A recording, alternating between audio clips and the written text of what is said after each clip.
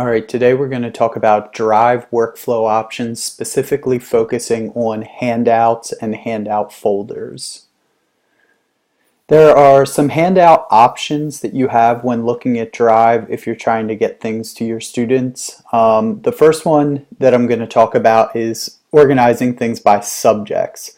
So inside of a home handouts folder, and you could have a home handouts folder for each course that you have, maybe a high school folder, a middle school folder, and an elementary folder.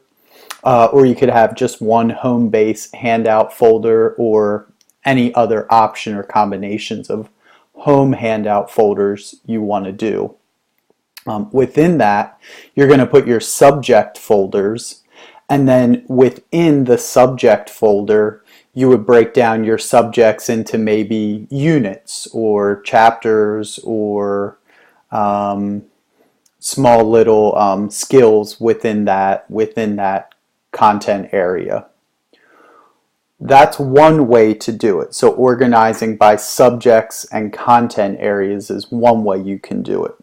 Or you could organize your folders inside those home handout folders by students. If you wanted to hand specific things to specific students, you could, inside the home handouts folder, put a folder for each student, and then inside those student folders would be folders for either subjects, your units, chapters of study, or the skills that they're working on, to try to keep things organized for them so they don't have to leaf through 500 different documents and PDFs. So those are two ways that you can do it. I think they're probably the two easiest ways to hand things out. So the first one again is a handouts folder, and then your subject folders, and then some unit or chapter folders inside of that. Or you can do it your handouts folder with the student names and the chapters or units inside of that. When you create those folders, you'll need to share one of the following layer of options. You can share the handouts folder, that top level itself. What that will do is share everything that's in that handouts folder to everyone that is on that folder. So if I share my handouts folder with student 1 will get every document that's inside the handouts folder. That's both good and bad. It depends how you want to set your folder structure up. You could share the subject or student folder that's in the second layer, and again, if I share it with student 1 is going to get everything, even the folders inside the subject or student folder, when I share it with student 1. And last but not least, I could share that last layer of folders with the student, the unit folder or the content folder or the skill folder with them, and they'll see everything that's in that folder. Depending on how you want to set it up, and sharing as much or as little as you need will depend on which one of these options that you pick. Personally, what I do is I have my homeroom handouts folder, that top level handouts, shared with my whole homeroom, and then I have a separate one for my math class. But maybe what would work for you is sharing the subject or the student folder with them, and then putting those specific skill folders within that. So maybe you would share the high school folder with all the high school students, or maybe you would share the writing folder with all the students you work with on writing.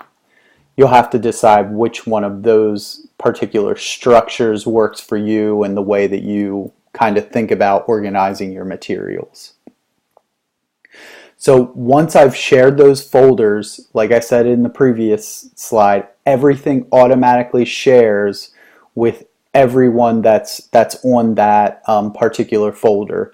And we'll look in a later session on how to create a contact group to make that sharing process really as easily as it possibly can.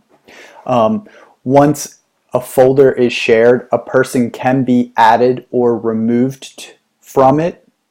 A person can be added or removed from a single item, but it's easiest to just share the whole greater folder instead of having to share each item each time, because inevitably you're going to forget to share some item with some student. So it's easiest to share the folder and then put the items in the folder so that they are automatically shared with everybody that needs them. You just have to remember easily which folders to go to, because that's all your students will end up seeing. And last but not least, when we're looking at handing things out, the way that I kind of see it and the way that my students see it is whatever folder they're looking for. Let's say they're looking for a science unit on ecosystems. So ecosystems would be their S1 folder. Inside the S1 folder would be a PDF of what I need them to get. And again, in a later video, we'll look at how to make items into a PDF. So they'll go in there and they'll open that PDF, and on the iPad, there'll be an option to open in, and we always open it in Notability. That's where we do all our work. And then I'll show you again in a later video how they hand that in. And there are a couple workflow options there that might make your life exponentially easier. So I put it in the particular folder that they're going to look for. They find the PDF file by the name that I want them to look for it. They go and work on it in Notability. And I want to show you in the live view what that looks like.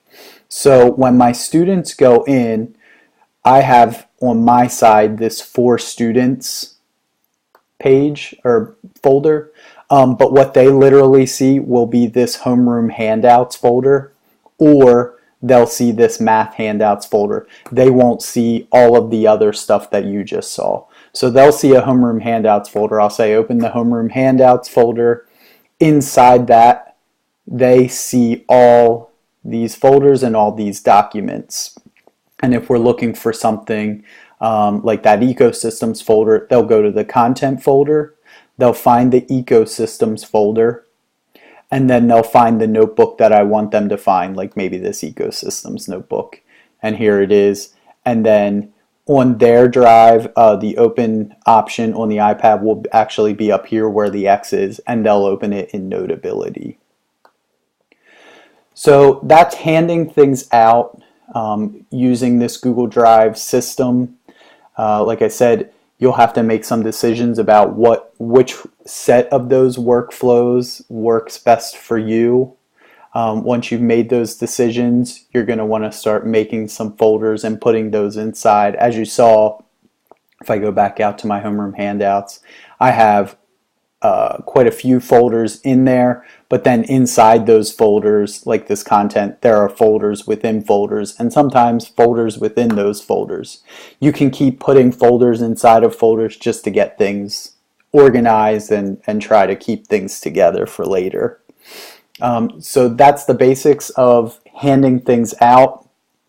I'm going to send you this presentation along with the video. Feel free to ask any questions that you have along the way. Thanks for watching. Hope you found it helpful.